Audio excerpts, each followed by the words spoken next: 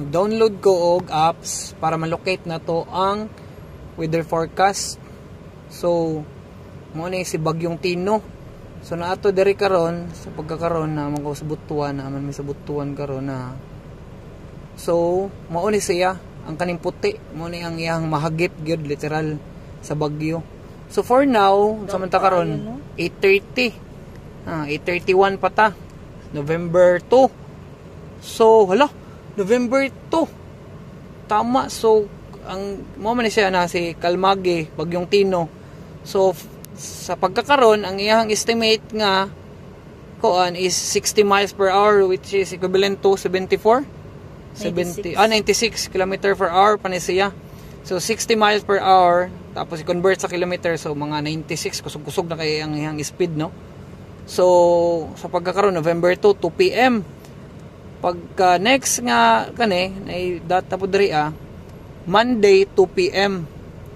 Monday 2 PM siya, so 75 miles per hour, approximately nasa 120.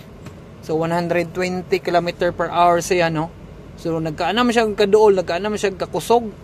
So na November 2 PM. So ganina po niyang kuan. Tapos pag abot diri Monday 2 PM, so ugma ane is nag 90 miles per hour na siya, equivalent to 144. Sakto? 144 km per hour. So November 3. So ugma kibali sa 2 PM naa na siya. Medyo ma-feel na siguro ni nato kay duol-duol naman gyud. Tapos pagka landfall gid niya diri mismo sa unsa man nga area ni kaning naikuan sa Buruyuen, Abuyog, Baybay. So some part siya sa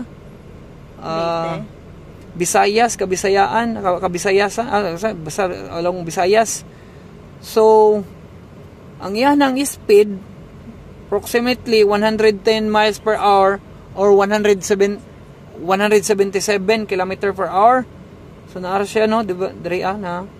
So ang maigo gyud na nasapol siya sa puti ang Surigao City gihapon. Same atong sa Bagyong Udit ba to, no? Di ba? So, I don't know kung sa gini siya ka-accurate pero dako gid gihapon siyang tabang para mangandam gid ta gid. As in mangandam gid ta kay murag super typhoon ra bagid down na siya.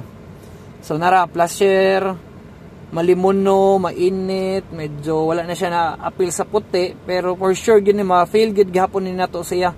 Kung iyan ni gini kahagupit na arata diri so ang rain location nato niya. Heavy rains. Heavy rains siya. So, di ba? More na yung atong update sa pagkakaroon.